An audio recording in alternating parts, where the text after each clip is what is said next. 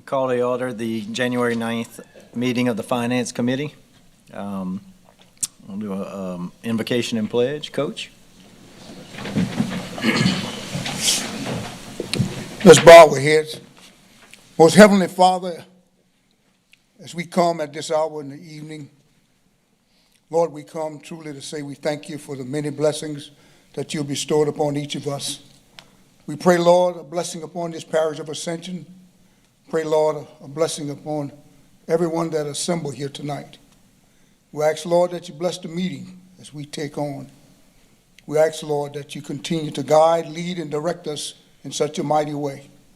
And Father, we come, Lord, asking, Lord, that allow us to be able to agree to disagree. And Lord, we thank you in a mighty way. And Lord, at this time, as we leave this place tonight, we ask, Lord, that you allow each of us to get home safe and sound to our families. In your name we pray, amen. Amen. Pledge allegiance to the flag of the United States of America and to the republic for which it stands, one nation, under God, indivisible, with liberty and justice for all.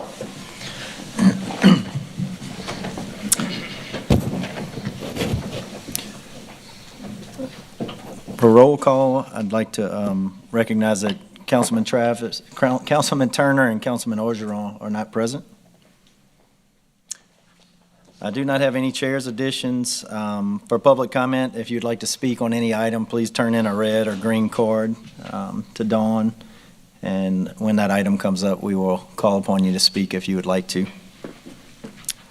I'll go into 5A, approval of the 2022 audit engagement letter. Jacob Wagesback.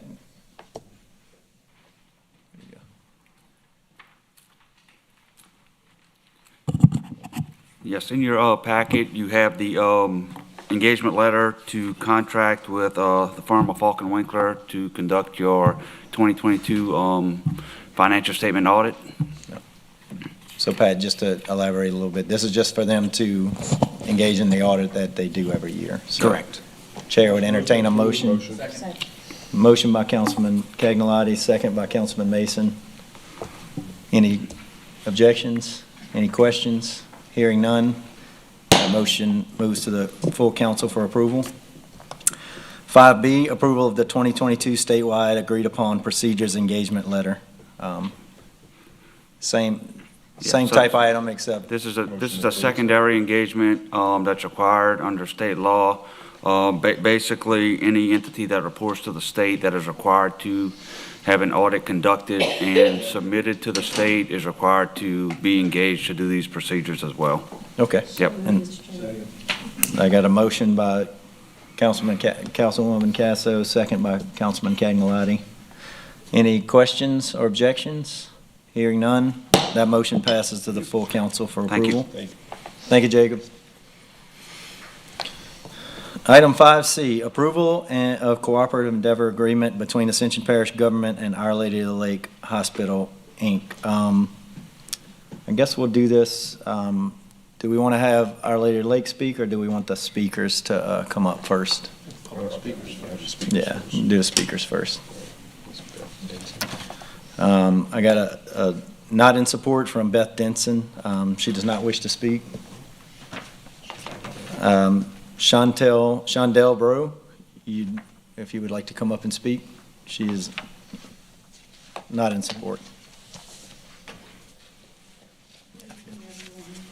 My name is Shandell Bro. I've been the public health nurse for the Parish of Ascension for the past 17 consecutive years. I reviewed the cooperative endeavor agreement between the parish and Our Lady of the Lake. So one of my major concerns was with the agreement was our termination of employment from the Parish of Ascension. Now let me say that again. And the ladies who's back here with me, our termination of employment. After 17 years, we have other ladies here as well, and I'm sure they're going to speak and explain how they feel about it as well. But we will be terminated. The reason I use the word termination is that this will ultimately affect our retirement, our benefits from the parish of Ascension. The parish uses the term transition. Our Lady of the Lake, when we spoke with them as well, they say it's a transition.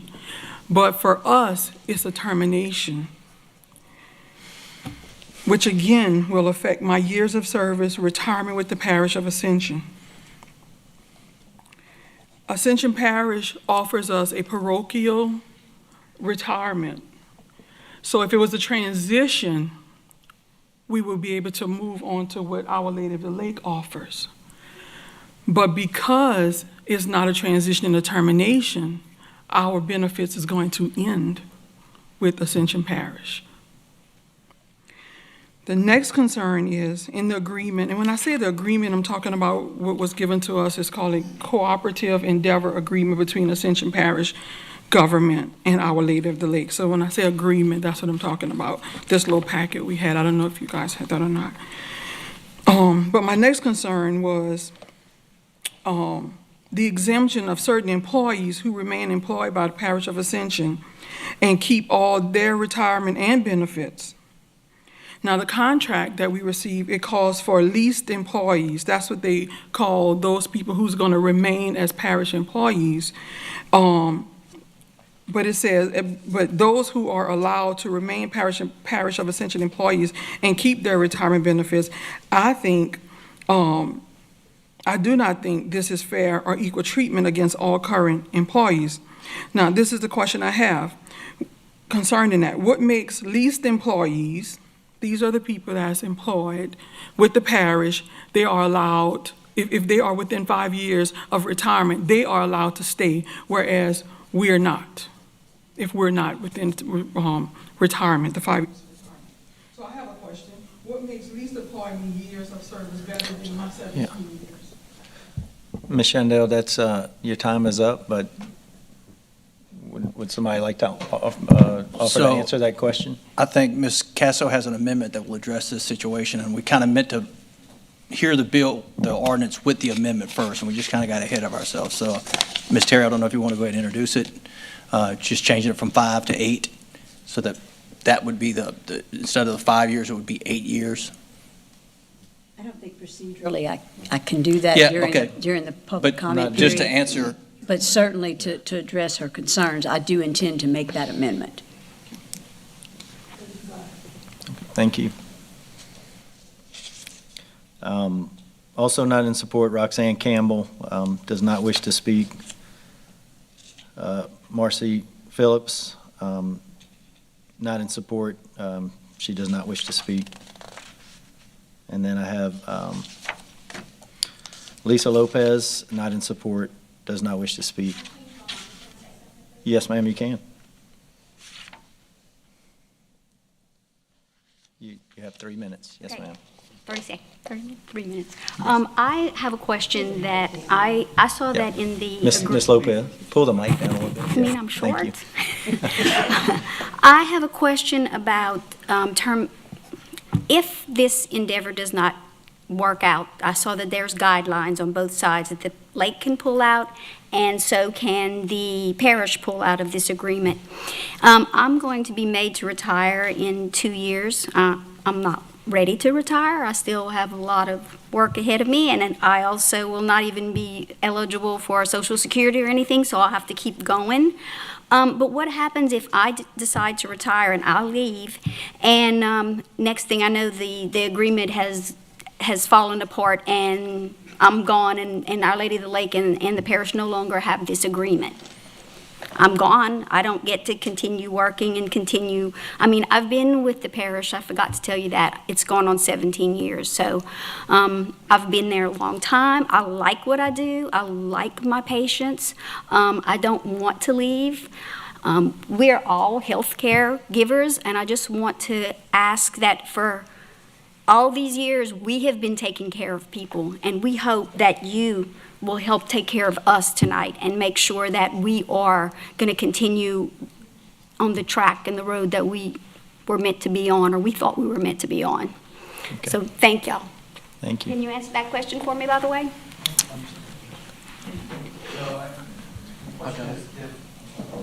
The question is what happens to this contract in the future? I can't see in the future. I guess my same question is what happens if the millage doesn't pass?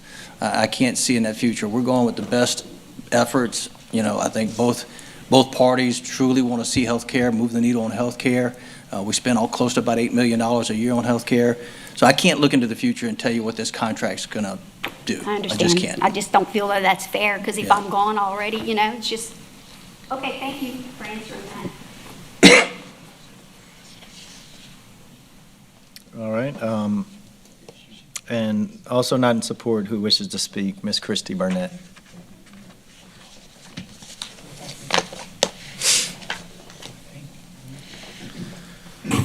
Hi, everyone. Thank you for the opportunity to speak. My name is Christy Barnett. For those of you that do not know me, I appreciate the administration. I appreciate you, council members. I am the Health Unit Director for the Parish of Ascension. I have been employed with the Parish of Ascension for over 28 years. I myself, like Ms. Lopez just said, I'm not ready to retire when my 30 years gets here. I would like to continue working for the parish. I am a public servant. I will not be eligible for Medicare at that time as well. I'd like to continue working, receive my benefits that I have from the parish. If I'm forced to retire, it's going to cost me out of my own pocket $7,500 for my health insurance. I would have to pay my premium back to the parish, and I would have a $1,500 deductible where the Ascension Parish allows us to have $125 on the HSA card that covers my deductible. I am a single person. Out of the 9 employees employed at the health unit, 4 of us, which is about 45% of our workforce, are single. We rely on this income, okay? I have 9 ladies here. We're all ladies, okay? We're all women. We have that, but we're caregivers as well. I have Beth Denson, 22 years with the parish, always at the health unit. None of us have ever transferred departments. We love what we do. I have Jody Lawless, Lucy Oliver, and Chandel Bro, and Marcy Phillips, all 16 years with the parish. We've invested a lot of our time with the parish. Chandra Irvin is 12 years, Rachel Ruffino 6 years, and our part-time dietitian is 1.5 years with us. All we're asking for is to remain parish employees and let us go out on our term. If we don't want to retire or go to work for the lake, I'd like to keep my job with the parish. Thank you for your time. Thank you. I'm going to open up the floor for discussion. I have Alvin Thomas wishes to speak. Thank you, Chair. Oh, real quick, Coach, let me, Ms. Terry wanted to offer, if you allow it, because I already recognized you, but she wanted to offer an amendment to the employment, the years of employment ending. Are you okay with that? So you can hear the amendment before you comment? Amendment to, Amendment to the CEA. I have problems. I have some situation here that I need to really, Okay. I'm fine. Yeah. I mean, we'll just debate twice. Sorry about that. That's fine. Thank you, Al. Yeah. In reading and analyzing the agreement, I have some problem with the cooperative endeavor agreement between Ascension and OLOL. My first concern is the council want to revitalize West Ascension Parish in the Donaldsonville area. This agreement takes jobs away from local residents. They deny, they drain the money from the West Bank. They hurt the current health care provider in West Ascension. The electronic health record EPIC mentioned in the CEA will facilitate all of the above, and meaning the jobs, it drains the money, all of that will be taken care of. Once a patient is registered in this EPIC record, all work orders on the patient will automatically be sent to the nearest EPIC facility, and that is OLOL Ascension St. Elizabeth or Assumption Community Hospital in Napoleonville. the patient will get a call from either the hospital to report for testing. And I say with 76% of minorities and many poor people in West Ascension, many do not have transportation. They don't have it. This will be a problem for us. I say a problem for us. Patients that need blood work will have the blood drawn at the treatment site, and the specimen will be taken out of West Ascension for processing. This may even be out of state. This does not sound like reviolation to me in West Ascension. My second concern is the availability of family health care service for 5 days per week for a minimum of 36 hours. What happened after the 36 hours? You got evening, you got nights, you got holidays, and you got weekends. Sometimes you got Christmas, you got 2 o'clock in the morning, 3 o'clock in the morning. You know, what basically happened then? Our local providers is good enough to take care of the patient after the 36-hour work week, Monday through Friday. And again, my last thing I have, my third concern is staffing. I have received complaints concerning OLOL walk-in clinic on Clinic Drive in Downsonville being closed at this time due to a shortage of staffing. OLOL has utilized travel staff at this time, and the rates are outrageous. It's 4 times more than what it normally is. It will not take much of this. It will not take, I want you to hear me clearly, it will not take much of this to exceed the contractors, OLOL, guarantee monthly payment of $360,000, $772, plus the contractor's billing collection. This CEA is written, this contract is written as a no risk, no loss agreement. And it's pretty much, for me, I mean, it's like writing a blank check. The work that we are talking about doing, the workers that we have, they're doing it now. So I would like to offer a motion to have a meeting with the West Ascension healthcare providers to discuss this cooperative endeavor agreement before approving is considered.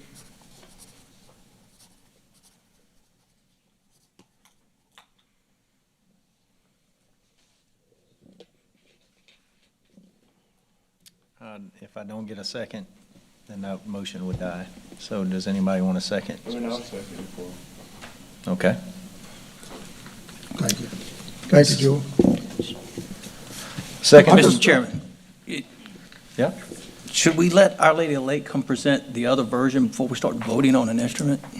Well, I was hoping we'd see a presentation first, in my opinion. I'm sorry, I'm speaking in turn. Yeah. So, yeah, Coach, and I messed that up when I let you speak. Are you willing to hold your motion until we see a presentation? Or I have else no we would, problem with it. or else we would vote on it now. No, I have no problem with it, but we need to vote on it. Okay, I have your motion and I have a second Consideration from Joel, before we- so we won't forget about that, but let's go ahead and do the presentation now.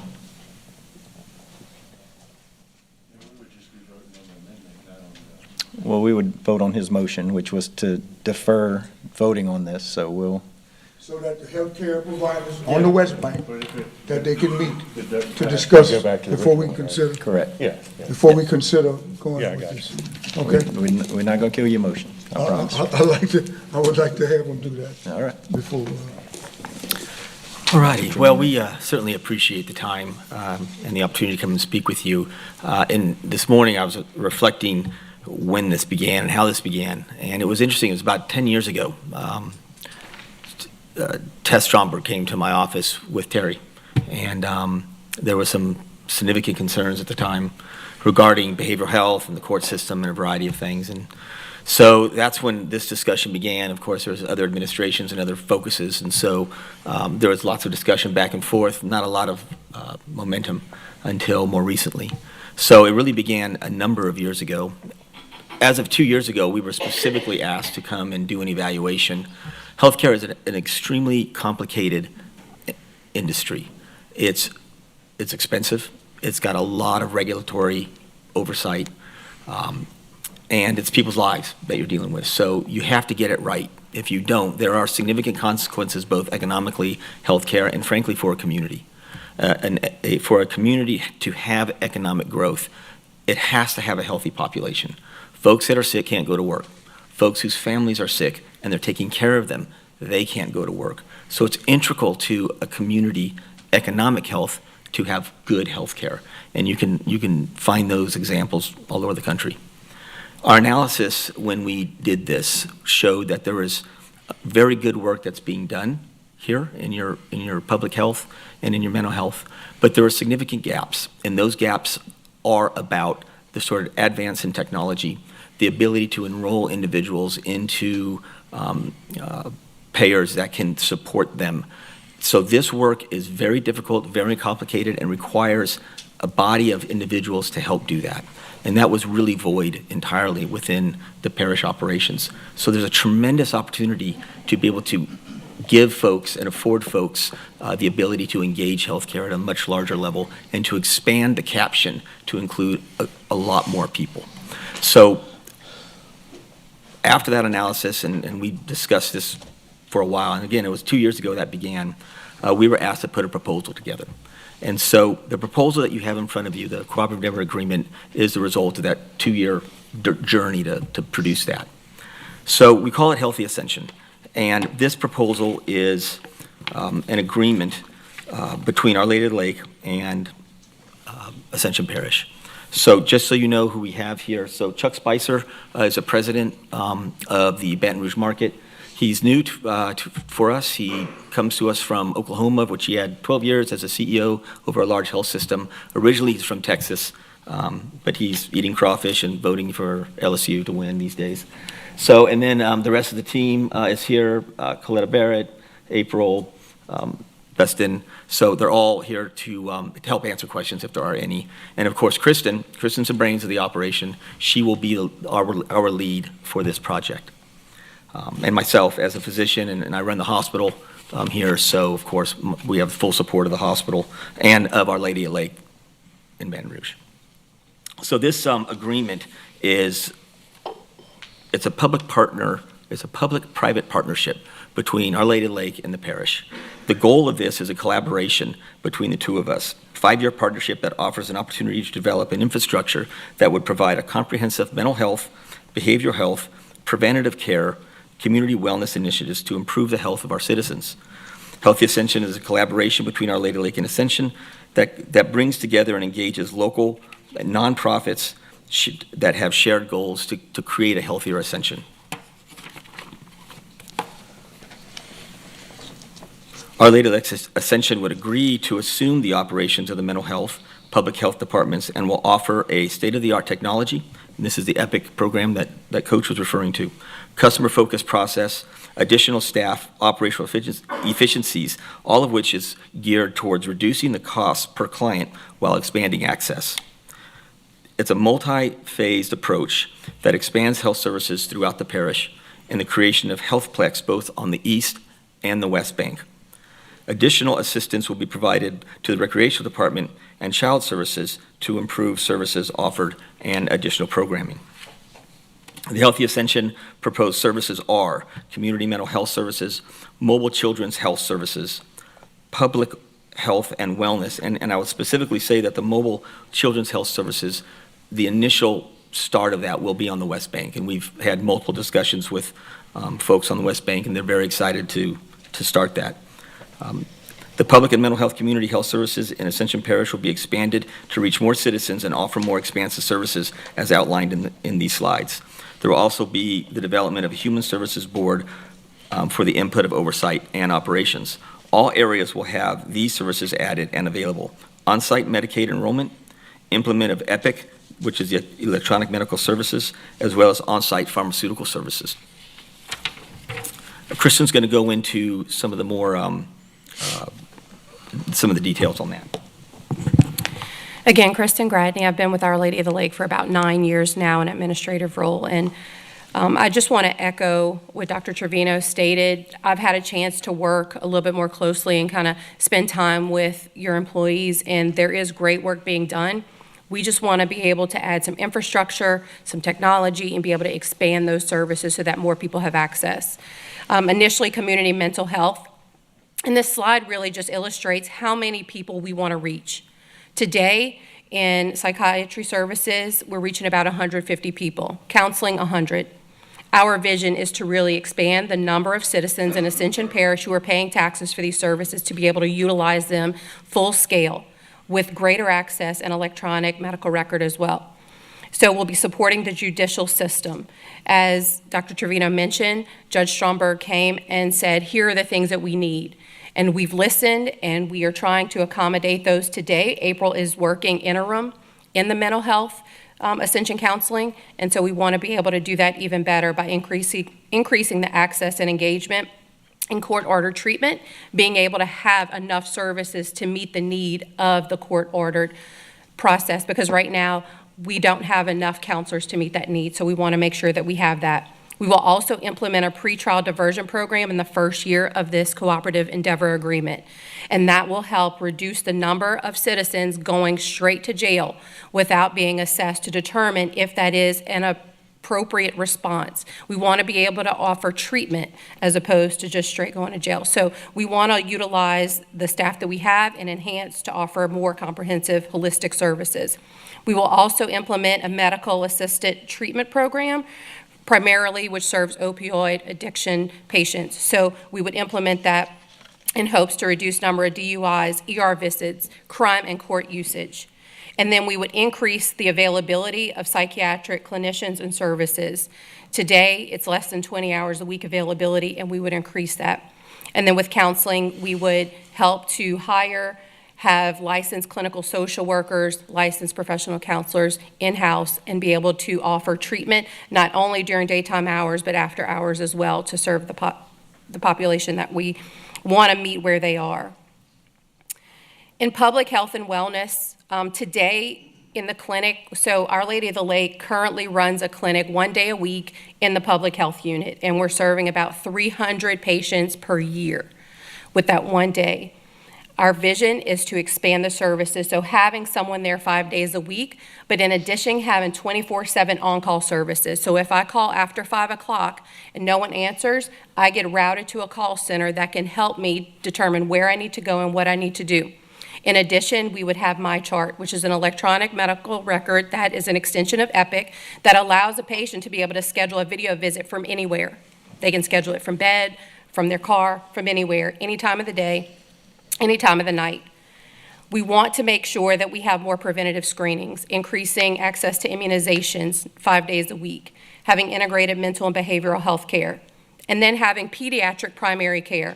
So today, our family practitioner does not necessarily focus on pediatrics. We would have a dedicated pediatric provider, somebody who specializes in taking care of children, who would be put in the public health unit to offer those services, to offer comprehensive well care and sick care of children. And then as you'll see here, some of the additional benefits I've already mentioned would be the implementation of an electronic medical record, which is so important. Because if I go to the ER and I was seen today in the public health unit, the provider in the ER can see what exactly happened and tells my story a little bit better. All of that is controlled access, and every patient can either opt in or opt out. They have the ability to tell who can access my record. And it's much more controlled than paper, which is the reason why we really focus on having the electronic medical record. And then having a smoking cessation program or other programs similar, which would be able to meet the needs, again, preventative care, and then helping to reduce the burden of chronic disease in our community, and access to women's services. And then mobile and children's health services. So as Dr. Trevino mentioned, I spent a lot of time meeting with schools, meeting with principals, meeting with parents on the West Bank. And the information that I was provided was, we want to have services here. I actually spoke to a child who was sick at school that day, waiting in the office. Mom couldn't get to him because mom was at work. If we had a mobile health unit that we could provide in the community, at school, or anywhere in the community, then that child could access those services. So our vision is to have a mobile unit. We have a mobile unit today that we would deploy with nurses, a nurse practitioner, and they would go out into the community, wherever that might be, in a grocery store parking lot, in a school parking lot, and provide primary care, well care, sick care, and behavioral health services through that mobile unit. It would include a pediatric mental health program, care coordination of services, so that if a person says, look, I can only get to this one point, I know I can come here every Thursday and receive care right where I can get it, then we want to meet that need. And then eventually we want to have a full-service health center on the West Bank that would be potentially housed at a school that could service not only children but adults as well, families, really holistic care again. And then lastly, this is just a summary of the financial projections. So we wanted to share what the first year would look like. The estimated billing revenue is, all of this is really just based on our experience in healthcare. We took a look at the population being served in all of the health units today. We took a look at all of the payer contracted rates for reimbursement, and we figured out, based on the numbers I've presented to you, here's what the billing revenue would look like. Here's what the operating expenses would look like if we were fully staffed, if we were providing the services that we said today, and if we in fact employed the employees who were currently with the health unit. And then based on those numbers, the operating income, you'll see here, those are the negative numbers. So those are the numbers that have been paid out, and that is what the annual cost of the CEA would be for year one. That $4,329,259. And over the course of a year, that would be $360,772 per month. Now, we've agreed to, in the agreement, a quarterly reconciliation, where every quarter we sit down and we say, here's what the actuals were on these numbers, because these are all estimates. So if the actuals show that we have collected a significant amount more than what is here, then we would sit together and we would say, here is that delta. How are we going to spend this money? Do we need to reinvest it in the mobile program? Do we need to now add additional services? So this money is going to be reinvested into the agreement, pending all the expenses are covered that we have estimated and projected. Anything you want to add, Dr. Trevino? One of the big challenges we had in putting this proposal together was getting data. In order for us to give an estimate on anything, we had to have a sense of what was happening.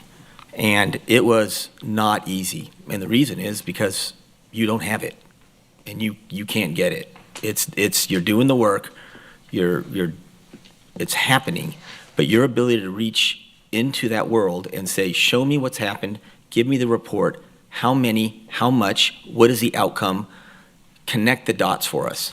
Extremely challenging for us. For your purpose, you should have those reports. You should know what you're spending and what you're getting for it. Epic will solve those problems. You'll have an extremely robust report, not just on patients in terms of what our outcomes are looking like and numbers, but you'll get financial data from that. So you'll have really strong eyes on the operational status of your clinic. It's an incredibly important part of how you deliver healthcare and maximize your resource and maximize the delivery. In the absence of that, you're really blind. And we recognize that when we did our analysis with the parish, it's an extremely large gap that we have here. So we are lucky that we have resources to provide to our citizens. But if we're not careful in the manner and the management of what we do, we waste it. And so healthcare, as I said, is extremely complicated. So it was one of our challenges. It's why our estimates are what they are, because the data that we collected, it's just got a lot of gaps in it. At the end of the day, here's the deal. We are trying to figure out how to extend healthcare to those who can't get it. The truth is that all of you guys, if you need healthcare, you get in your car and go. If you had to go to Texas, you'd get in your car and you'd go. But as Coach mentioned, there are many people in our parish who have a very difficult time accessing health care for a variety of reasons. Maybe it's transportation, maybe it's just simply education, finances, whatever. This proposal's goal is to take Our Lady Lake and all the expertise that we provide and push it as deep and as far into those communities as humanly possible. It is our intent and our goal to capture as many folks who have trouble in access to health care and bring them into the fold. In doing so, we think we provide healthier community. We provide them the economic opportunity to go to work. We also provide them the opportunity to get enrolled into the services that are provided by the government, so they now have their own control of their own health care. These are all things that we do every single day in the hospital. And if you don't have the background and machinery to do that, it is almost impossible. So that's what we want to do. It is, of all the projects that I have, and I've spent an hour or so with that man trying to convince him to fund my projects, this one here is the one that I'm most excited about. Because honestly, it's been a gap in our hospital to reach further into the community. We need a good partner to help us do that. And the parish has some funds to do this, and we have the background and the subject matter expert. If we're not careful, we're going to do something amazing. And we'll see something in about 2 or 3 years and look back and we'll be like, wow, there is federal funding, there is grants, there's lots of other opportunities that we can go and engage to help support this, but we just have to go after it. We need an entity to do it, and I think this agreement provides that. And I'll be happy to answer any questions.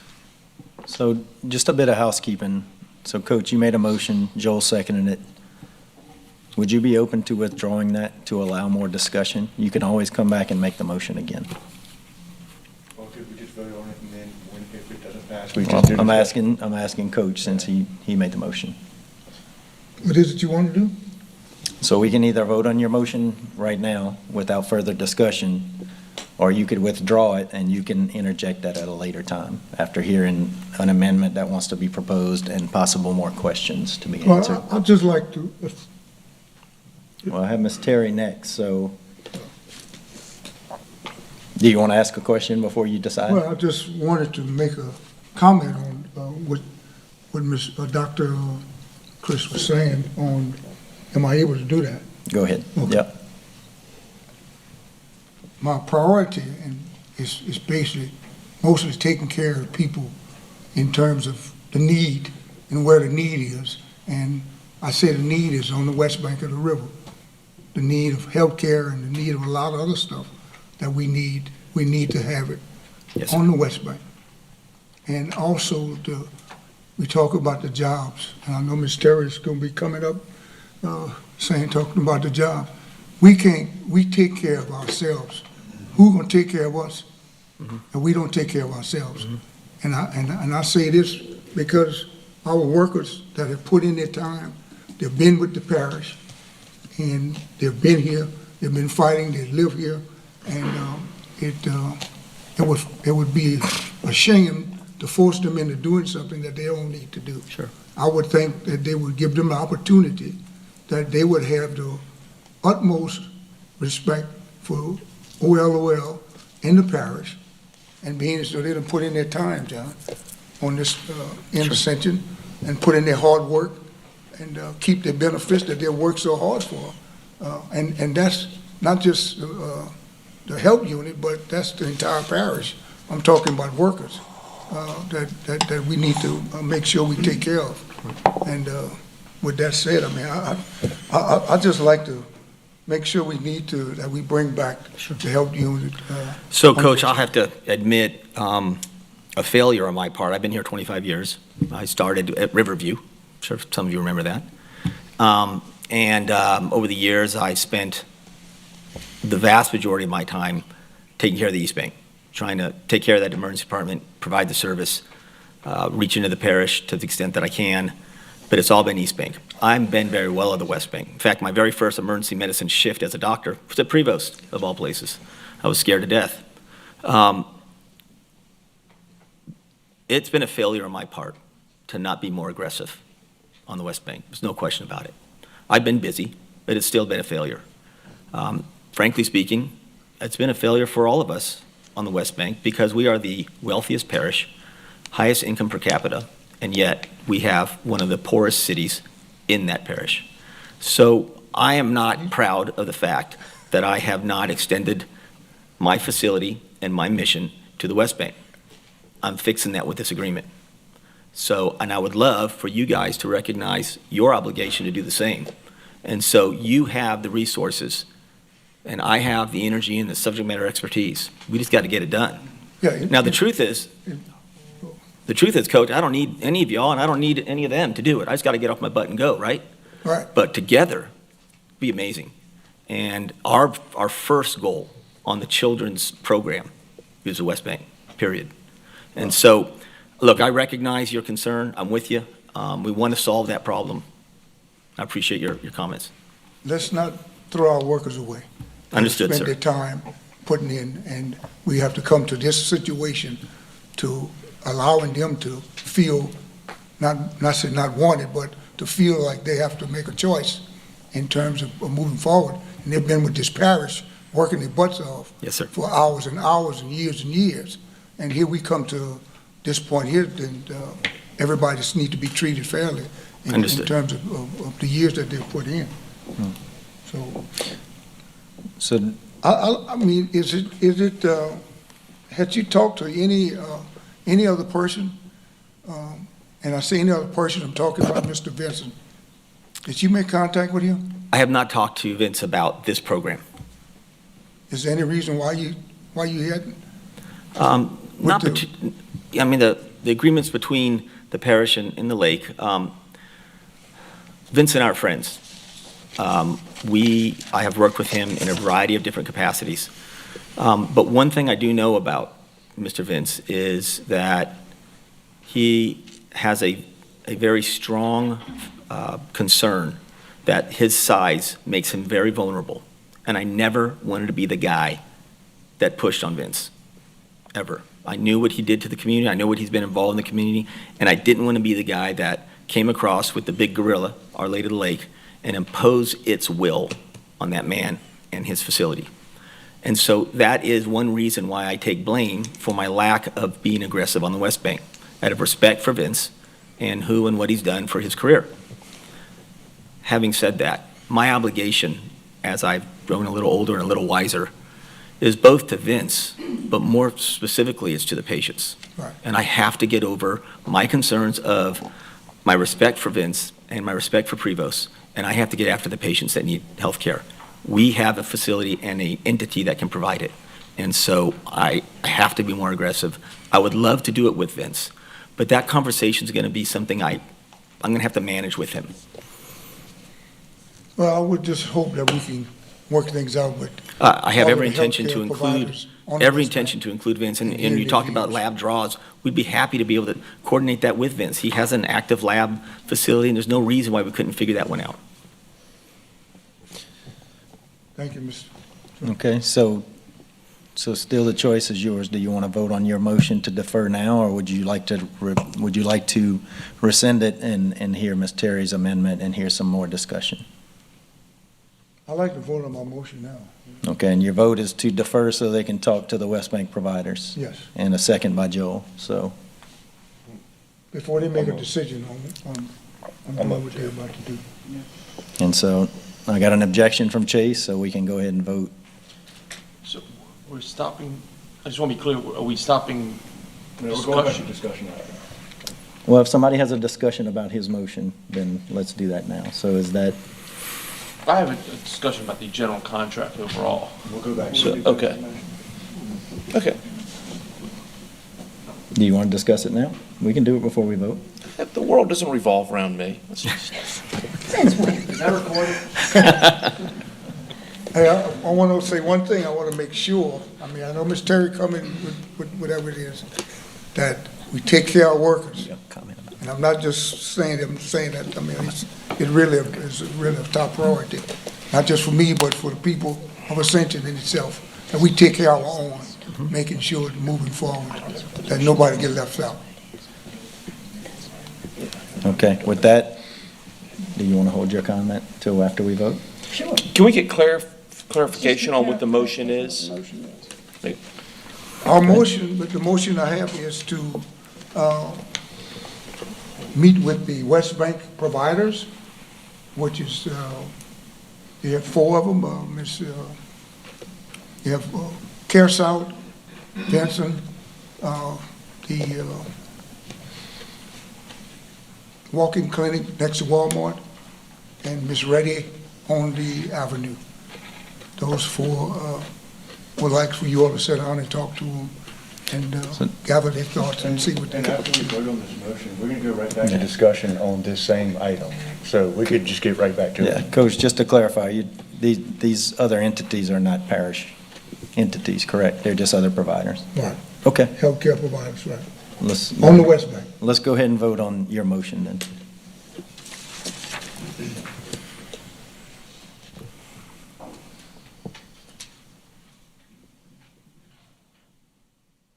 Okay, so we're going to continue with discussion.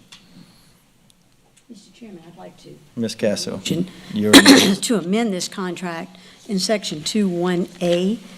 There are two places in the CEA that say that the employee is eligible for retirement within 5 years, and that needs to just, we would like to stipulate that that's within 8 years. 2(1)A.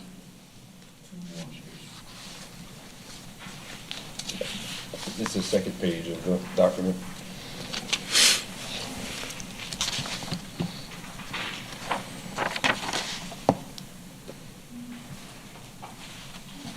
so the chair would entertain a motion. You got a question? Yes, in Aaron? both places. Okay, so who did the first motion? Well, I was just saying to have some discussion on it. I made the motion. He's going to second. Yeah, thank you. Okay, I got a motion and a second. I have Councilman Lawler up next. Oh, me? Okay, I've got lots of questions. Okay? Okay, let's see, so I'm trying to do somewhat a numerical order here. Section 6.1.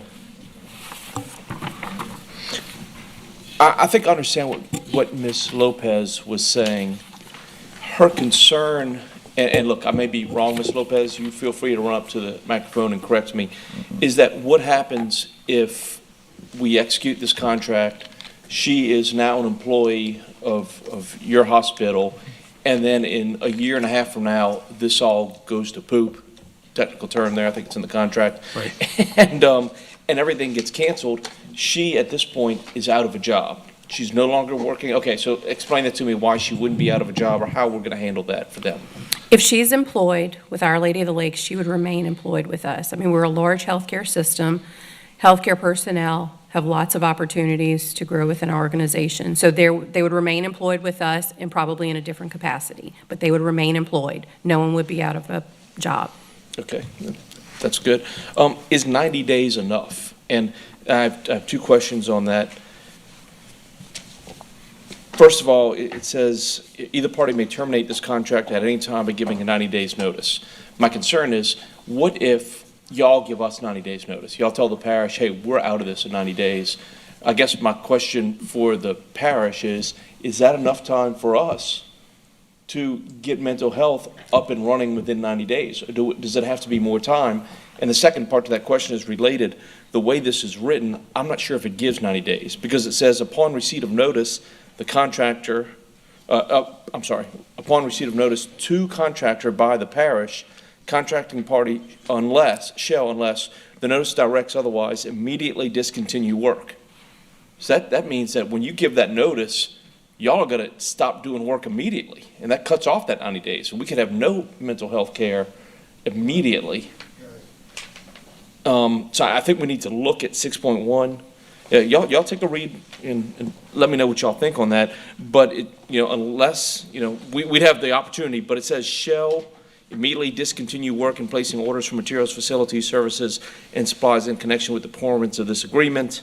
We'll continue to pay y'all. My concern is that when you get notice, that means you're going to stop doing work. And I know that may not be the intent, and that's my concern. I'm not as worried about the intent. I'm more worried about what the contract says. And I think that needs to be looked at. So while like I mentioned to somebody, we may have to take notes here because I got a lot of things. Hey, Aaron. One question about that. Yes. Upon receipt of notice to the contractor by the parish, contracting party shall, unless notice directs otherwise, immediately discontinue. So I'm reading that, you know more about this language. I'm reading that as if we cancel it, then they will discontinue and not vice versa. Not if they notify us and then they'll discontinue. The services immediately. The way it reads, as I understand it, is you guys tell us you're out and we want you to stop now, then we have to stop now. If you tell us you're out, but we're going to extend that through the 90 days because it says unless notice directs otherwise, that means you guys are telling us you're out and you're giving us notice that directs us otherwise. We don't stop immediately. We have the 90 days, and you control that. But your control is you can kick us out that day, or you kick us out at the end of the 90 days. And my concern is that we have some rogue people in charge of this, and they kick you out right away, and all of a sudden, we've got no ability to provide mental health for a significant period of time. So I don't know if it's even good to have that ability for us to kick y'all out, and that's not the intent at all, and say, hey, stop working.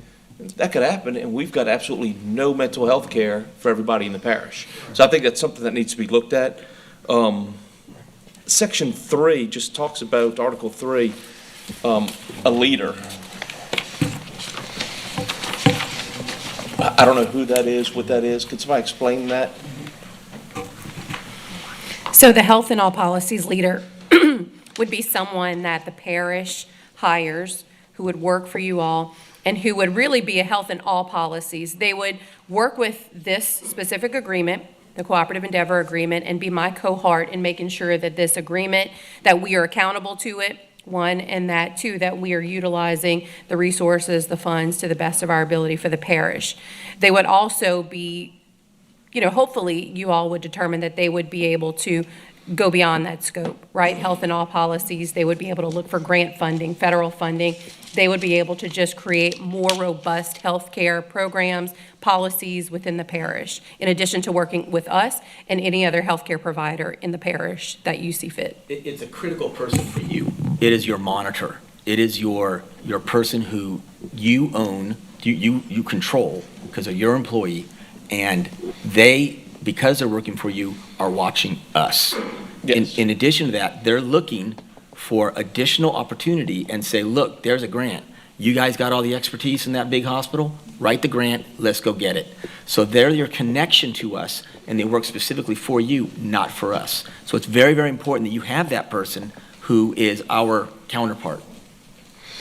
I mean, this is a huge deal for the parish, what we're talking about here, this mental health deal. Whether it goes forward or not, it's really massive. Do we have any idea of who that leader is going to be? Have we talked about that? It's been hard to kind of put meat on that bone without having an agreement to put meat on that bone with. So we have had those discussions of what that person would look like. We obviously have lots of people that we engage with that have come through us, that are fellows and all that. We're happy to give you suggestions. So it's not our employee, it'd be yours, but as partners, we certainly want them to be successful, and we want all this to be successful. So we can help, but it's just been difficult to go too far down that hole without an agreement that wraps around it. Excuse me. I was going to ask the parish president, but he's not here, is he?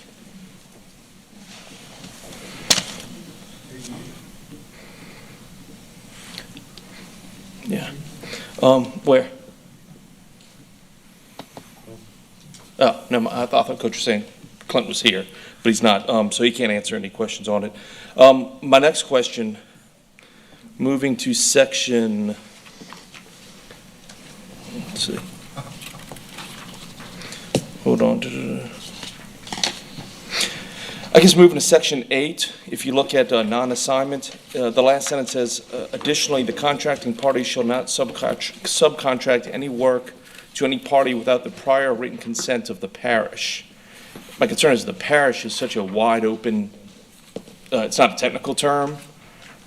This leaves it open. It's pretty conducive for just giving contracts out to people without us having any control of it, and we are essentially paying for this. I think it'd be smarter if it said without written consent of the governing authority, something that we'd have to vote on to make sure that if they're going to give contracts out to people, we have some control over that. That's the intent of what we're trying to do here, but we Okay, can so certainly I change believe it. it just has to be changed to, so I'm just gonna write that down, gov authority. I'm sorry, so many questions. I just go through this stuff, and I just love these legal documents. They're so much fun. I'm glad you read it. Section 14.2, the parish and the contracting party, so everybody knows, that's y'all. Yes. And we're agreeing to indemnify and hold harmless each other. I don't think that's possible. I'm going to get legals, because I'm not acting as attorney on this. But I'd like to get their opinion. I just think it's very hard for two sides to indemnify each other. Because indemnity is basically saying, hey, if you get, hit with some liability, we're going to cover it. Well, if we're both indemnifying each other, we're just pointing at each other, saying, no, you're going to cover it. No, you're going to cover it. So that doesn't really make as much sense the way I'm reading it. I'm just a little worried if we're agreeing to indemnify each other and hold each other harmless, who is going to be responsible eventually? We're just going to be pointing the finger at each other the whole time. I think we need to let the attorneys weigh in on that piece. Your attorney and our attorney have drafted this language, so I think it's for us to bring it back to them and see if there's a concern there. I would like, I would like for it to say that each party is responsible for their degree of fault. That's typically what happens, and you indemnify the other based on the degree of fault for each person. That's the typical language I like to see in there. And so a minor amendment could handle that. Okay. That's the standard language we use in our regular contracts. Yeah, and if y'all's attorney would like to jump in on that, it was just a concern of mine. We didn't bring her. Oh, okay. And we talked about bringing them, but they cost a lot of money to bring it's everywhere. just, I Expensive wouldn't even go there, pools. but we are happy to make the contract better by changing these languages. We just need to get some direction and then get approval through our legal counsel, and then we can take it from there. Yeah, and I'm not against this idea. I'm just looking at little things I'm afraid are going to come up later on. If it makes it better, it's just better. So. Yeah, that could be problematic later on. I guess my next question, though, is when does this go into effect if we agree to do this? And the reason I ask is I heard about $500,000 going towards recreation, and I'm ready to get my hands on that to do some good things with recreation if this thing goes forward. So when does this go forward? Well, at time of execution of the agreement, we would, or we have asked for kind of a grace period of 90 days to get things up and running. It is a little bit of a lift to make sure that we implement the electronic medical record and the staffing, all of those things. So it's upon approval and then signature of the agreement, and then, like I said, we ask for a 90-day grace period. Now, we have done a lot of legwork to get an idea what is that work, and we feel like 90 days is doable on our end, but it will be, we're going to have to get at it. There's a lot of computer, it's just, there's some work to do. And of course, we don't know what you don't know.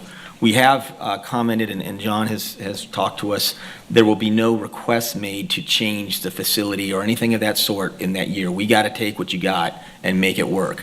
After that first year, we may come with recommendations that says, to optimize this operation, we need to look at offices or whatever, and we would come to you with a proposal, and we can discuss if that's doable or not. But for the first year, we take the facilities that exist, and we make it work within that facility. Okay. For the administration side, when are we going to see the money that was talked about last meeting? Well, when will it be realized?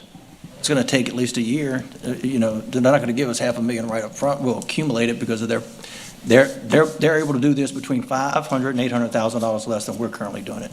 We won't get that the first month. That'll be accumulated, just like the savings with our sewer system.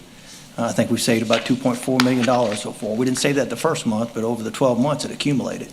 Okay. So we will be waiting for that. We'll write that down.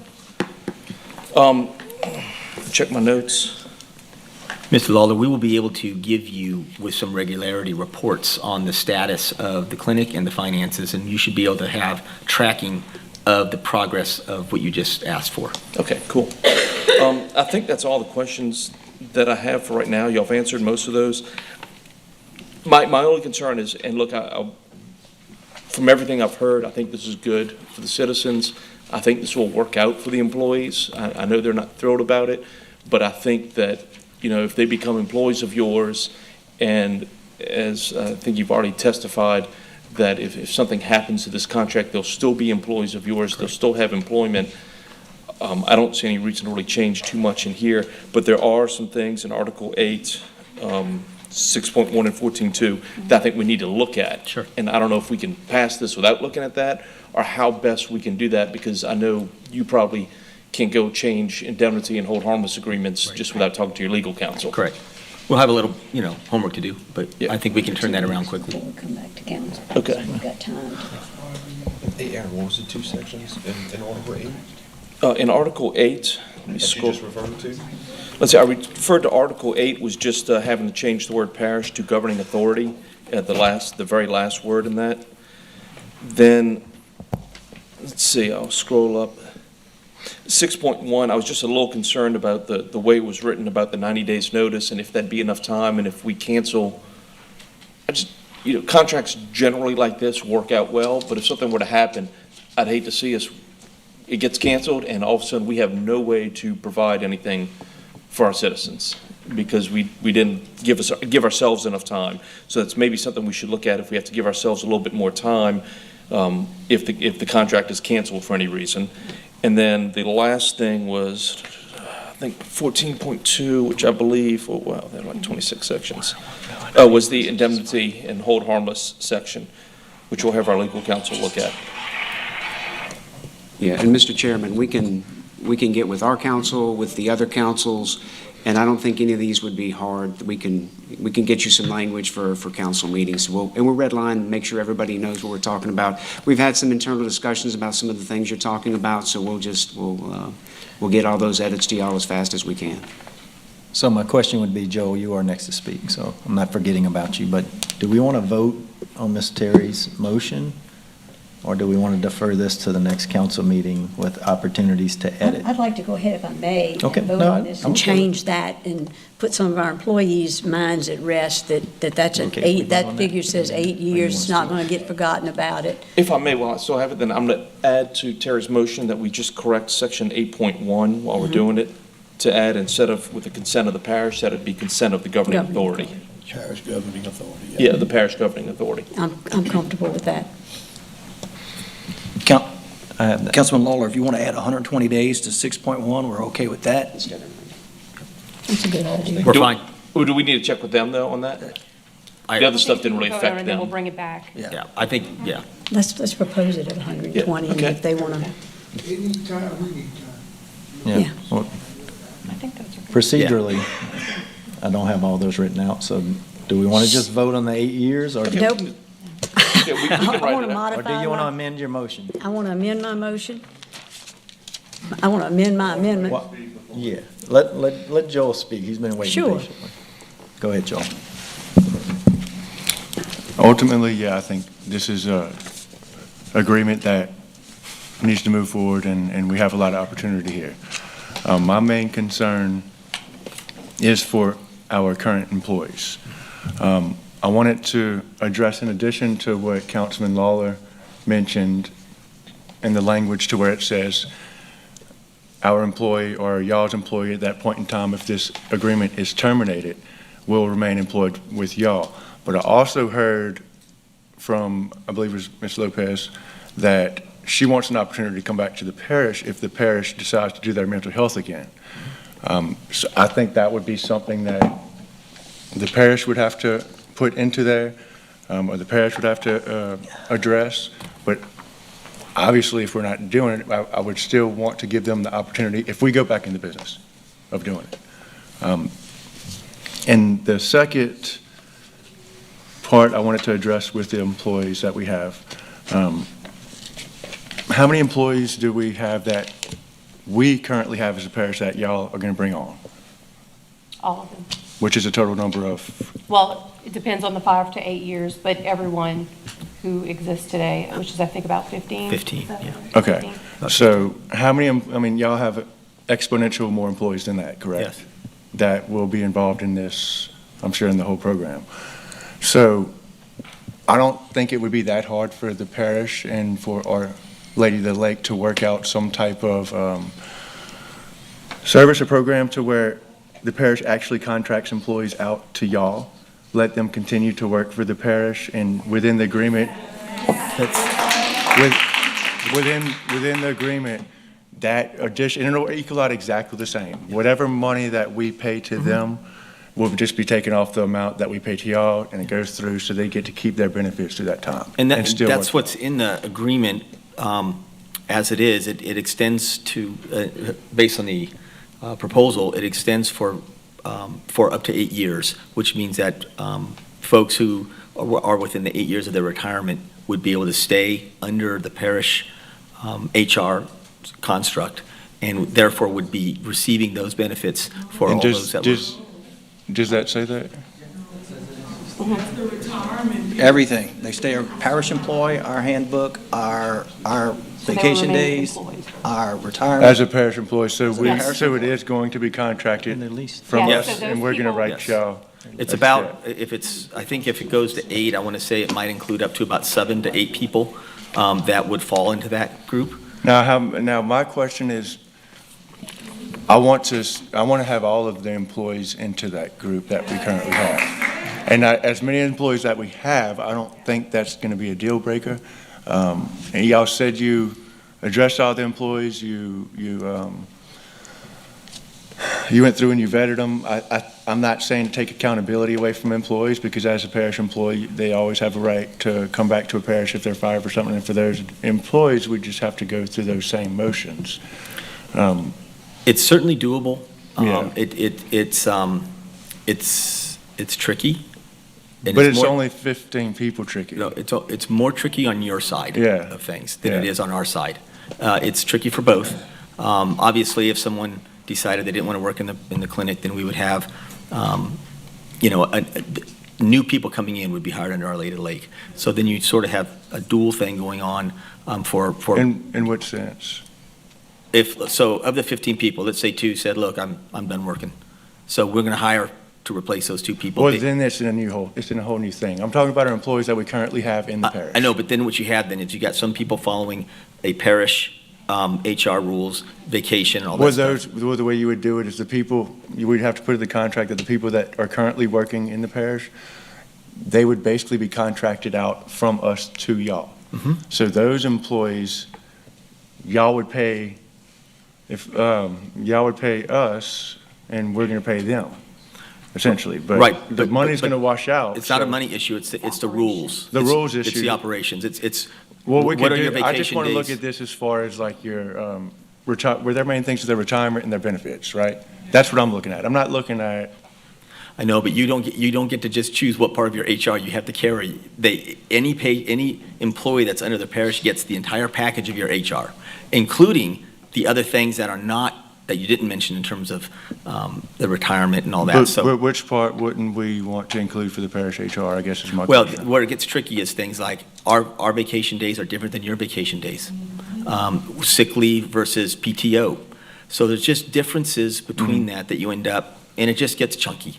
Certainly doable. It's not a deal breaker, I think, on your side or on our side. It is interesting, though, because you need to consider that from a business perspective. No, and I do, and Yeah. my whole thing of considered as a business perspective is this is a great deal. I think this is a no-brainer for the people of Ascension Parish. I think it's a no-brainer for Our Lady of the Lake. I think there's a few things that I'm talking about here that'll make it a little bit more difficult in the paperwork, and maybe even ultimately for those few years for a few employees and HR and everything else. But that would make me 100% comfortable. Sure. In moving forward with this, and knowing that our employees that are currently here for the parish, that have put in the work, and that aren't being released on anything other than we're just moving and changing the department, should still be taken care of. So Again, thanks it's for that. not a deal breaker for us. It's just going to be, we have to make sure that we have all the controls for that, and that on the HR side, on the parish, you guys are prepared to know that those folks are still working for you, although operationally, they're doing our work. And if they decide that they don't want to work in our clinic, for whatever reason, they're still your employee and they're still under your Yeah, rules and structure. obviously, if that came to the point, we don't have a mental health department, then they wouldn't work for us either unless we had a place in the parish. Correct. But I think the only way we could do that, it would be to add to it, to say that y'all are contracting these employees out from the parish, the ones that are currently for the parish, right? It would just be under. We'd be leasing them back. Yeah, they would be leasing them back from us, and that would cover their retirement to the benefits for everybody that's there. If you could add that to your amendment, that's all I was asking. Joel, can I mention, just operationally, as someone who's worked in clinics and supported them, in the event, we have 15 people who are off on a holiday, and we're trying to have If it comes clinic. to those situations, yeah, you can't, but that doesn't ultimately change out 12 months of how many vacation days you have. Like, you can't give them Right. priority over other employees, I get that. And Well, so- it changes clinic operations, right? We want to have more hours. We want to be able to be there for people and, to Coach's point, have more access to healthcare. But if we have 15 people who are out for vacation or who are out because they have a holiday that Our Lady of the Lake does not have, then how do we continue to offer the services and have a clinic open when 15 people are out on that day? So it really will limit the amount of time that we can offer services based on the difference in vacation, holidays that are allotted, all those things. No, So I just, understand, yeah. sharing that is Absolutely. a challenge. But I'm also, I don't have to assume, I know y'all have more than those 15 employees. And, personally, I've run businesses my whole life, and, it's just part of running that business. You got to make it work. Right, You but gotta we put do, those- we I have got a, you. we have I a got you. budget that we have Yeah, set we do forth too. before I got you it. all, and our goal is to stay within that budget and to utilize the people that we have and who know the business, in addition, a few others, but, we're not doubly staffing the clinic so that if 15 people are out, we can continue operations. I'm not asking you to do that. Okay, just want to make sure you all were aware. Okay, I'm going to interject for a minute. So we do have some amendments to make. I see I have Dempsey, Aaron, Chase is next, so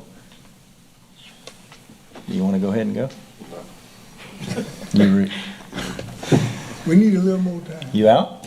You don't need to speak? I don't need to talk. Okay. I already said what we had to say, so. Yeah. So do we want to allow the amendments to be made and make a motion, or Dempsey, do you want to speak? I'd like to add a few things to it. Bob. All right, Yeah. go for it. Thank you, Mr. Chair. Thank y'all.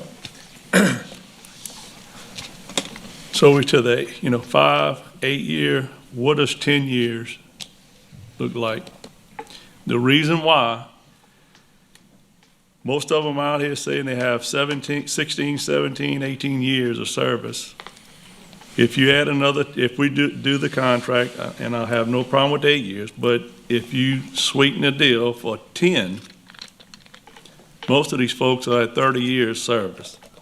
I think that's about all you're gonna ask for an employee anyway. So, it's either time to retire, or keep doing what you're doing. How do y'all feel about that? Honestly, sir, we're here to serve. I got you, okay, And okay. so we Thank, will- thank, we'll I just respond. wanted, all of this is happening, unfolding tonight, and Understood. and look, mergers, CA, if we're gonna get it all out, let's get it out. Yeah. The other thing, I've heard a 30-hour work week. 36-hour work week. I would suggest that we, if you're a full-time employee, follow the same thing. If you're gonna stay an Ascension Parish worker, you have the holidays and the vacation days you have. If you're gonna be a lake worker, we would hope you'd have 40-hour work week and, work with these people to have their vacation and their holidays, so, and their sick time, so. Dempsey, I think, if I may interject, Yeah, I go think ahead. that you're referring to the mention of a physician that was going to be Yes. available 36 hours. Yes. That's not the rest of the It's not a employees. work week for the employees, it's the kind of coverage that we'd have provider for. Perfect, okay. I was just making sure. Okay. The other thing on section 3, the leader that we're talking about now, that, and this is where it gets, anytime you start talking salaries, what salary range would you expect to pay someone, or are we gonna have to pay someone? It'll be our person. Correct. It's up to you. So what kind of a figure you think that would cause someone to hire to manage both sides of this? It's a good question, and I think it leads to the kind of credentials you're looking for. If you're going to hire me, I'm going to be too expensive. Yeah. But there's plenty of folks, I think, that will provide you subject matter expertise that, the salary ranges of that range from, $60,000 on up to $160. It really is at your desire in terms of the kind of person, the kind of credentials, the kind of performance you expect, and then you determine what salary is commensurate to support that. Thank you. That would also be a ratified position. Yes. Thank you, My Mr. pleasure. Chairman. Okay. We got Aaron. You're lit up. Yeah, yes, going back to section 6.1, when it deals with the termination clause, I know we talked about 120 days. The one thing that really concerned me was the cessation of work, where it says we'll immediately discontinue work if the parish tells y'all to. That's really my big concern. Like I said, I think we've got a good council right now. Who knows what the future holds? But if for some reason somebody says, hey, we're going to stop them and discontinue work right away, that to me is a problem. I'd like to eliminate that portion of it. I don't mind eliminating the ability to place orders for materials and facilities and services and supplies, because generally, yeah, that's good. Generally, you're not ordering things 30 days in advance. You should have a stock that you could continue to use.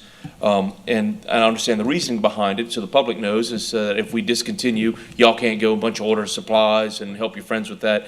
But by the same token, discontinuing work means discontinuing treatment of patients. Correct. I'd like to see that eliminated so that we can't tell y'all to stop treating patients, that we're going to make sure our patients get treated even if there is a disagreement on the contract at some point.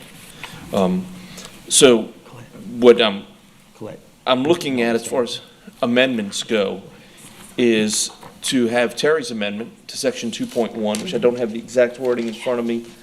It's just a change Okay. of 5 years, but I'm fine with saying, let's change it to 10. I mean, that's Okay, fine. so I think that's going to be I'll fine. amend the whole thing. So it will be changing numbers from 5 to 10 years, and I think it does apply to everybody.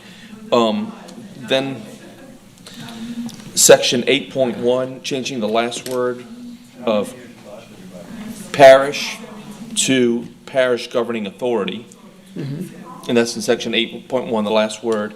And then changing section 6.1, I've talked to Councilman Melanson, changing that to give 180 days written notice, 6 months written notice to terminate, because getting this up and running has taken much longer than 6 months. If it goes down, it's going to take much longer than 90 days to get it up and running again, even though we're going to have a lot of people here and there. And so changing that to 180 days in section 6.1 and eliminating the work. So it'll read, upon receipt of notice to contractor by the parish, contracting party shall, unless the notice directs otherwise, immediately discontinue the placing of orders for materials, facilities, et cetera. But we're going to eliminate, discontinue the work, because we want them to continue to treat our patients during that 180-day period while we're trying to figure out something else. I don't anticipate there being a problem. Okay. But if you don't anticipate problems, you always get hit with them. I don't think any of that gives any heartburn, but obviously it's a legal question. Bring it back to your people. Certainly. So those are the motions. Okay. That's my, Just put it in those terms, I'll second that. Okay. Instead of converting it again. I got Coach. Hold on. I got Coach. I think we need to vote on occupation. All right, Coach?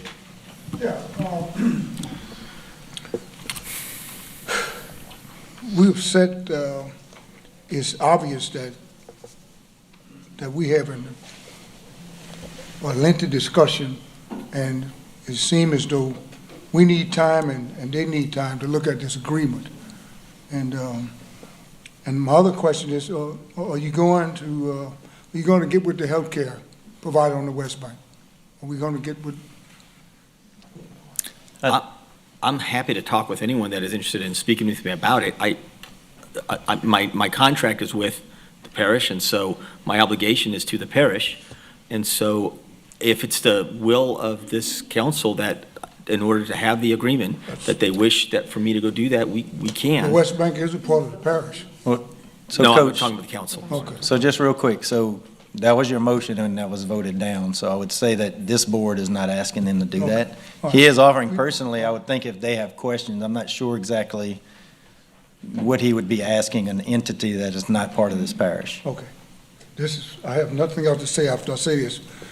I would agree that we don't need to approve until a healthcare provider, the councilman, and the administration are satisfied. It seems as though we're not on the same page. This is too much to agree on tonight, I would think. I mean, we in a lengthy discussion until we get a final document that everyone can agree on. Okay? And moving forward, I have nothing else to say. Okay? Joel? And my question is Councilman Lawler. Would you have an issue of changing it to the number of years to include all of the employees? Because I know you referenced that you said that you thought that included all the employees with the 10 years. I want to make sure that Our Lady of the Lake and our Human Resources Department agrees with that. I mean, we can agree with some things, but if there are technical issues. I guess my next question is, how many years would make it include all the employees? And this is to the employees of the parish currently. Yes, Lucy. 30 years? 30. 30 years? No, I'm saying like, Yeah. no, that's, okay. So, yeah, no, I'm misunderstanding that. Hey, can I offer something real quick, guys? So even if we did vote to move forward with this, it still has to go to the full council. Right. So you would have another opportunity. That would also give Lucy, I would say any questions, Lucy could answer those before the next meeting. I'll put you on the spot, Lucy, sorry. I'm sorry, could you please No, we repeat were that? just talking about if we did move forward with this, and so I do hear coaches' concerns, I definitely hear the employees' concerns. If we voted to move forward with this, it still has to go through another round of this. Correct. At the council. And what I'm saying, my main and only concern is that out of the 15 employees that we have, that we don't not have one or not have two included because of a couple of years. We're Okay. talking about here. That's all I'm saying. So we Understood. can address that before that and have that before the council to be Absolutely. addressed. I would advise anybody with questions before the next meeting on anything that we pass tonight to ask those questions Right. soon. Right. Yep. Chase?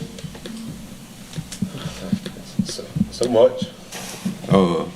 No, I just gonna, look, I am really excited about it, and of course, you know, we have employees who've been here a long time. And I'm just gonna say what no one else say. It's gonna be really tough to guarantee every employee every parish benefit for the rest of their working career. I mean, we've kind of talked about it. I know it's gonna be tough, and it's really gonna set up a weird dynamic to where, you know, technically, if an employee is in violation of your HR policy, you know, if they're a parish employee, they can come back to this full council and get their job back with 8 council votes. So it's really tough to manage. And look, I mean, if it was just a dollar amount, if we could spend a couple $100,000 extra a year to make sure that they have everything, you know, for the next 10 to 15 years to retire, I think this would be a unanimous, quick decision for us to just say, yes, let's maintain the parish employees on the payroll as long as they need to retire. But HR-wise, I know that's going to be tough. And so we made a lot of amendments here on the floor tonight. And I'm just going to throw it out there. We have so many minor details in the amendment motion. If we're going to the council anyway, would it, you know, be appropriate to, you know, to leave the document as is and make those changes for introduction, or do we have to make those changes for those to be? And I'm just curious going through the, you know, the 18 pages. But I'm just throwing it out there. I'm happy to support the amendments. We get to council, and we can obviously have another debate and discussion. And I would actually, and so additionally, I would like to even ask more work of Ms. Kaysen and Mr. Goldsmith is without violating their, you know, private wages and whatnot, how hard would it be for us to get a number? Hey, we got 15 employees, the average, term to retirement is 9.2 years. Here's the difference between Our Lady of the Lakes 401k, here's the parishes. If we were to supplement that for the duration of these 15 employees, annually or over, what would that dollar amount look like? And we can, perhaps wrap our head around this a little bit better, just I for think more two things. information. Number one, we can give you aggregate data. That's not a problem. So you Okay. can see these comparisons and see what Councilman Robert is talking about. And I guess the second thing is, it will not take long to make these edits y'all are talking about. I know it sounds like a lot because we've been going over a lot of things, but we are down to change 5 to 10 in 2.1. In 6.1, change 90 to 180 and delete work and after discontinue the. In 8.1, change parish to governing authority. And then in 14.2, we'll get with Mr. Jean-Paul Robert and talk about the language you discussed. So I think we can easily have that prepared and to you before the council meeting. Gotcha. I'll finish up my comments real quick. And it's not a secret. 2.5 years ago, I carried my brother-in-law to his final resting place via suicide. This is a huge, important issue for me. This is the one area of Ascension Parish government where our money outweighs our vision. These 11 people up here are not capable of spending this money properly. And no offense, neither is John Diaz or Patrick Goldsmith or any of us. We do not specialize in this. We do have phenomenal employees and whatnot. So I want to try our best to take care of that and all that, but also want to move our healthcare, into 2023 and really visit, kids. Because look, we're talking about the West Main. My district is the second poorest district in Ascension Parish. So, moving from the West Bank to the East Bank is a big deal for me as well. So I'll finish up with that, and I will be supporting all the amendments. We'll have time to, look over all of that. So thank y'all. Okay. Aaron? We're good now. We're Okay. gonna move forward with these. All right. Councilman Cagnolati. Yeah, just quick comment. I agree with everything Chase says, but I think what we've tried to do as a council is vet things in committee. So I would like to see this go ahead and approve these amendments tonight. And when it goes before the full council, it's going to be discussed again, because there may be some additional amendments given time to review the document a little bit closer. So that's just my comment. Thank you, Mr. Chairman. Okay. So at this point, I have. Okay. I'll be asking you. No, so Councilman will also made a point. If we do vote on it from tonight, I'd like everybody's agreement that it will not go to the consent agenda. It will be an item. Yeah. Which he'll be the one to do it, so I guess it wouldn't go to the consent agenda, but. If he does, I'll pull it off. Yeah, so I have a motion and a second with the amendments. Do I have any objections?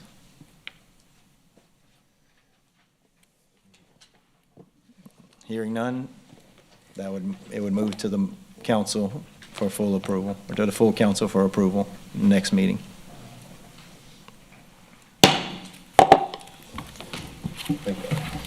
Thank you. Thank you all. I'm gonna take a break or just steamroll through it? How about a quick 5-minute recess? Yeah, I'll take this. 5 minutes.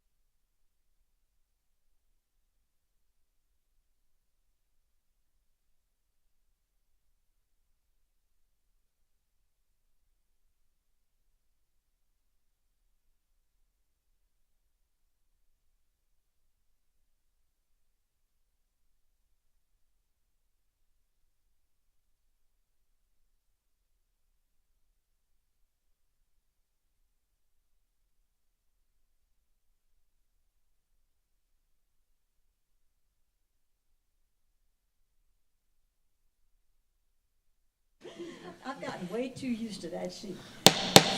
We will resume the Finance Committee meeting. Next item, 5D, Ascension Economic Development Quarterly Briefing. Ms. Kate MacArthur. Can we move this to the end? We already thought, she's gonna cut it short. We good. That's just wrong.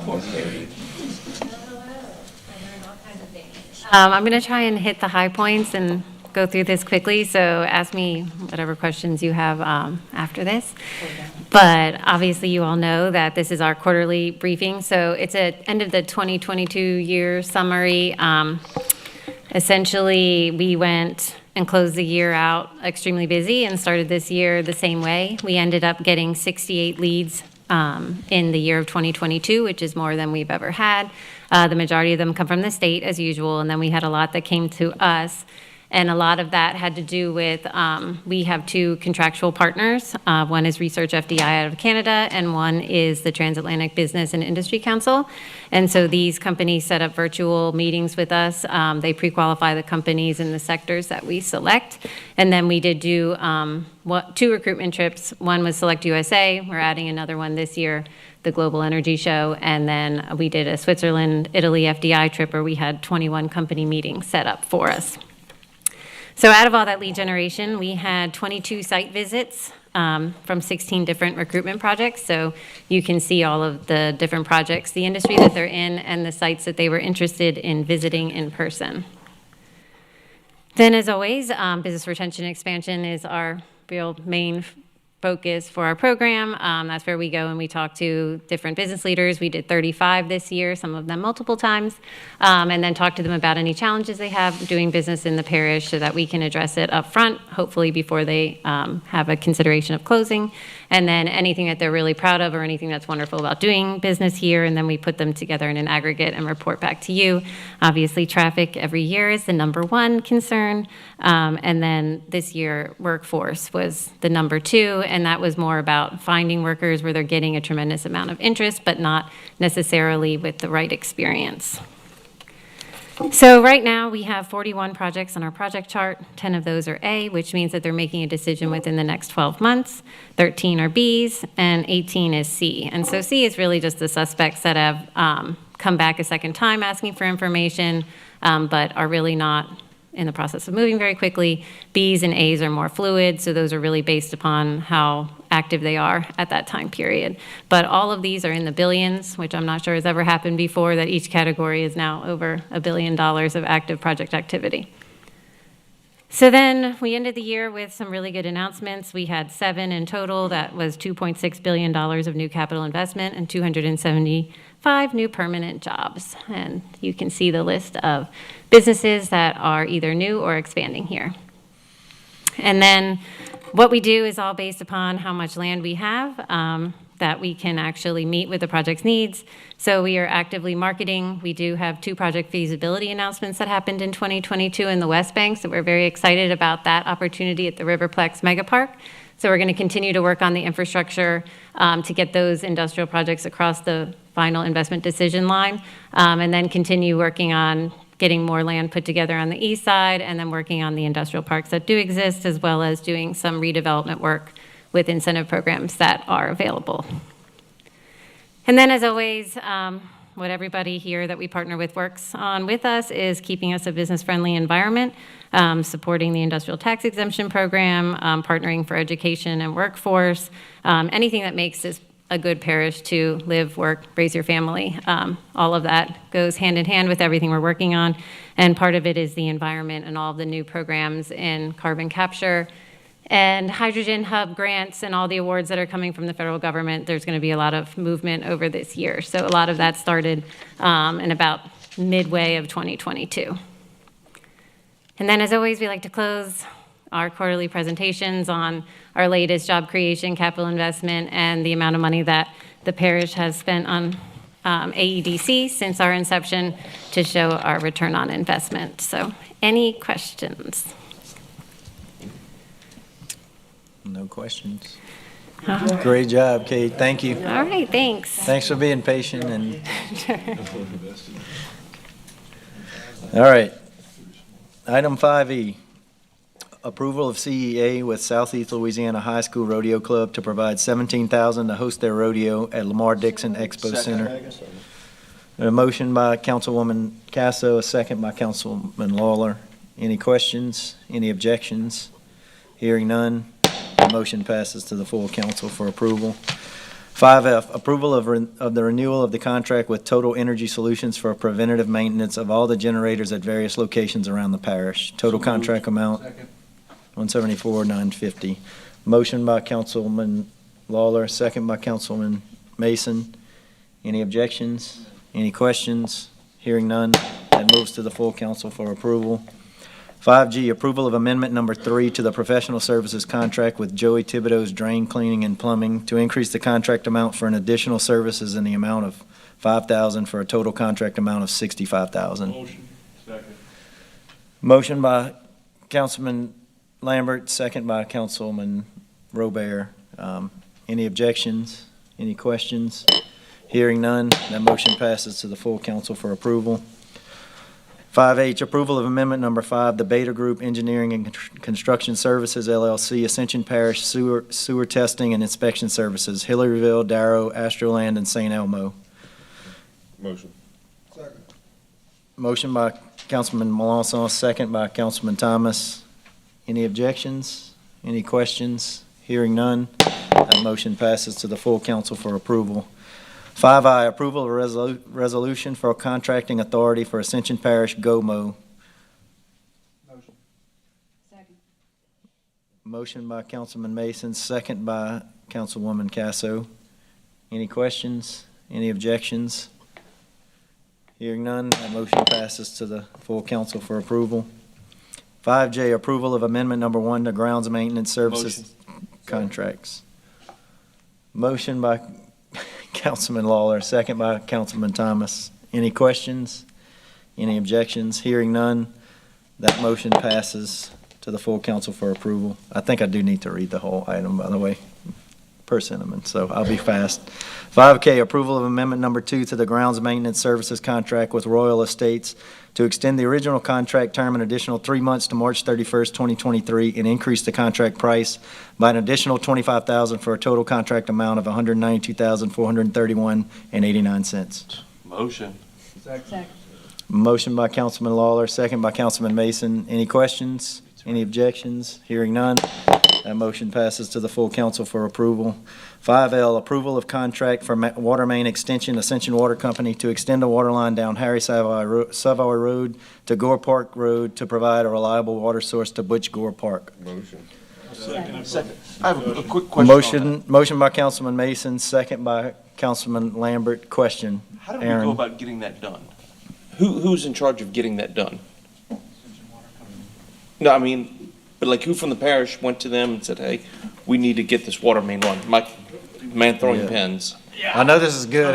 I've heard many people say the bathroom problems at Butch Gore are because of this. Yeah, a lot Is of that them correct? are. The well is not great. We have it serviced quite a bit, and so we reached out to some folks at Ascension Water and tried to figure out how much it would be to run a line down Harry Savoy so that we can pick it up and go into Butch Gore Park, and that's what we did there.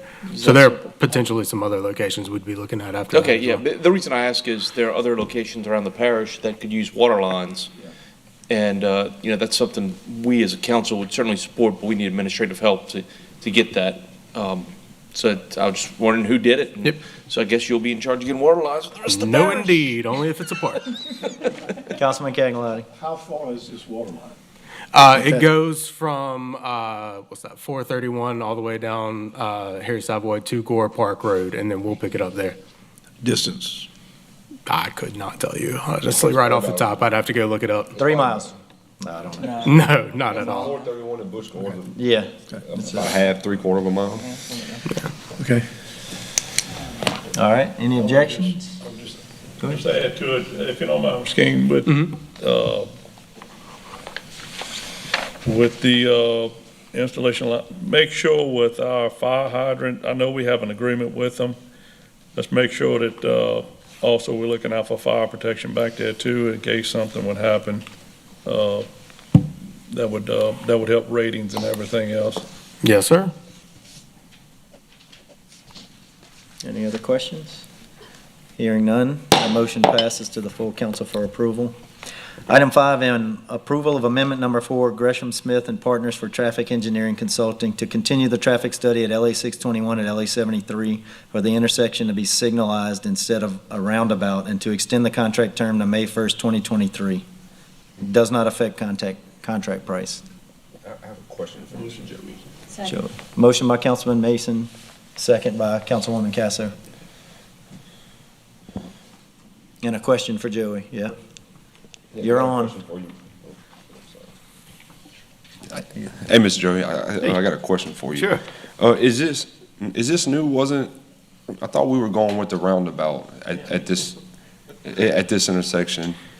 They did a study of this. Gresham Smith had done a study, and DOTD looked at it also, and they agreed that the intersection should be a turn lane. The parish had wanted a roundabout there, but the study showed that for the current condition, and if it expands even further, a signalized intersection would work better. That's just what the study concluded. I mean, we've been told for some time now that those lighted intersections so close, especially 621, right? Only so many cars can go, but I thought Right. that was a large part of the existing congestion there. It's still going to be at the new location, which is further away. You know, it's going to be 5 or 6, maybe even 800 feet further away from the intersection. Right. So the location of the intersection stays the same, but it was proposed by the parish to make it a roundabout. But, you know, a roundabout still has a certain capacity, and, you know, I just sat in on those meetings.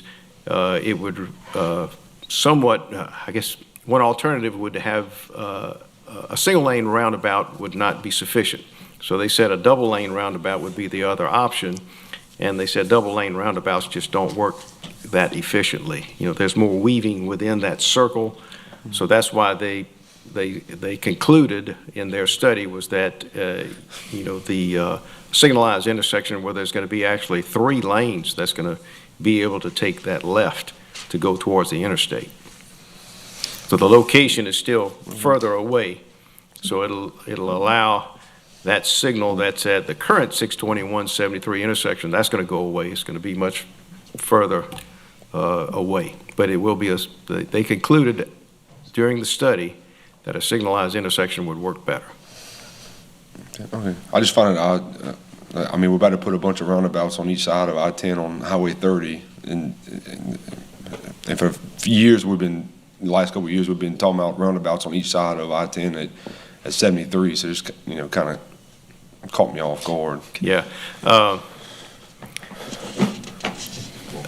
I mean, I'm certainly not an expert on roundabouts and on the, Well, neither am you know, I, so the construction, the traffic part, but that was their conclusion on it. It would, I think the configuration is maybe a little different than some of the others in that, you know, man, just the geometry of a roundabout. If you have, say, a right turner that, what you can do with a roundabout is if you had a right turner, you could direct them, give them their own lane to where they can make that right.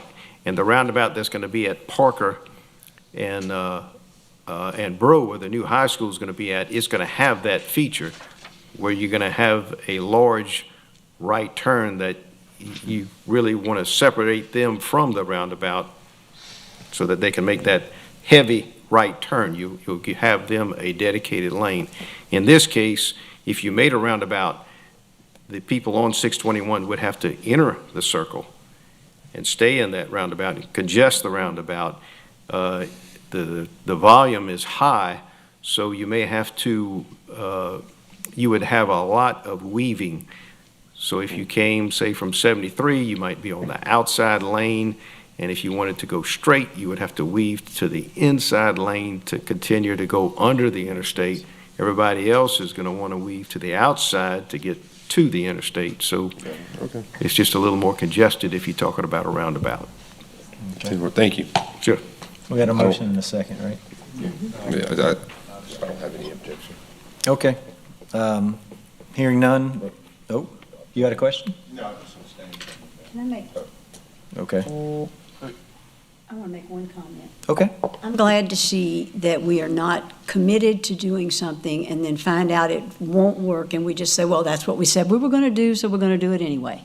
I really appreciate that this has been thoroughly evaluated and that we are willing to make some changes to what we had proposed. And DOTD and this consultant both had the same conclusion, was that the signalized intersection would work better. Yeah, I think there are just times when they work and there's times when they don't. And I'm just glad to see us willing to make a change so that we get it right. That's a critical intersection. Yep. And for lack of a better expression, a screw up there would not be good. So Correct. I'm very, very glad that we're doing that. I thank DOTD and the administration for looking at this very carefully. Thanks. Okay, thank you. Aaron, you good? I'm good. Okay, all right. Motion passes to the full council for approval. 5N, approval of contract between Ascension Parish and R.J. Daigle and Sons Contractors, Inc. for the LA 939 overlay program and for the approval of the parish president to execute this contract. LADOTD did advertise for, receive, and accept a bid from the contractor for work on the construction project.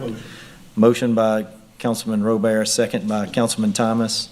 Any objections? Any questions? Hearing none, that motion passes. 5-0, approval and introduce proposed ordinance to accept the donation and transfer of title to an emergency response boat from the Ascension Parish Sheriff's Office to the Parish of Ascension Fire District 1. Motion. Second. Motion by Councilman Lawler, second by Councilman Cagnolotti. Any questions? Any objections? Hearing none, that motion passes to the full council for approval. 5P is the contract report. Does anybody have any questions about the contract report? Okay. We will move to 6A, parish position report. Ms. Casey. Hi, good evening, council. It's time for me to present to you the fourth quarter of 2022 position report. The last time I presented this to you was in August 21st to be specific. And so the first grouping of numbers that you see in front of you is the number that represents the total parish employees at the beginning of each month of the last quarter. And so we were at 426 as of December 1st. Is there any questions on that? I couldn't see it. I wasn't on that thing. It's okay? I think you can go ahead, yeah. Okay. The fourth quarter employee changes represents only those changes between the last time I spoke with you and the pay period that ended, or began rather, on December 25th. And there were only 7 promotions within this quarter. And this is representative of the fact that we now have a performance evaluation system where employees are only increased as they compete for new positions, meaning that they go from one position to an entirely different position. And so that only occurred 7 times in the fourth quarter. Okay. The next set of information that you have in front of you represents employee totals for the month of December, and it goes and indicates each department, staff leaving, and new hires, and how we came up with that 423 number at the end of the month. Very little movement within that month. Okay. And then is the number that is really probably what you're most interested in, is the overtime totals for the year of 2021 as compared to 2022, and we really came down almost $1 million for the entire year. And you can see it broken down by department, by exempt and non-exempt overtime as well. Just a reminder, non-exempt overtime, by law, we have to pay that, whether it was approved or not approved. If the employee worked it, we are required to pay it. And we have to deal with procedural issues after the fact, but by law, we do have to pay that. Exempt overtime is different, though. How do we decide to pay exempt? Is that just That case by case? depends on, is a case by case, exactly. It's a Okay. case by case. When there's a declared emergency, it is automatically approved by declared emergency, but more often than not, and especially in this year, it was a case-by-case situation. A lot of pumping station, a lot of water station situations that we decided to pay that. And it is a case-by-case situation. Okay. More often than not, there are many situations where a lot of exempt employees, including myself, never get paid for any of their overtime because we're salaried. And that's just part of the job. Okay. Is that all you have? That's all I have. Any Anybody have questions whatsoever? questions? Great job. Oh, thank you. Thank you. Thank you. Um, I have only Megan to actually thank for this because she keeps up with all of the data. And anytime you ask her for it, she just presents it 30 seconds later. So this is actually a result of Megan Babin, my assistant director. So. Oh, absolutely. And Ashley, my goodness. Ashley's the one that calculates the overtime for us. Ashley, is she here? No, but please know that we work very well with finance, and Ashley is an asset that we could not be without. Okay. So, Megan, Ashley, great job. All right, we're going to move to 6B, approval of resolution 2022 Louisiana Audit Compliance Questionnaire. Be it resolved that the Council of the Parish of Ascension, State of Louisiana hereby adopts the Louisiana Compliance Questionnaire for the 2022 audit of the government of the Parish of Ascension. Be it further resolved that the Louisiana Compliance Questionnaire be presented to auditors Falk and Winkler, said audit firm approved by the Ascension Parish Council and the State of Louisiana Legislative Auditor. Motion to approve. Second. Motion by Councilman Mason, second by Councilman Cagnolati. Any objections? Any questions? Hearing none, that motion or that item passes to the full council for approval. Anybody have any questions about open finance? Too bad, you can't ask them. Transparency. And I would entertain a motion to adjourn. Motion to adjourn.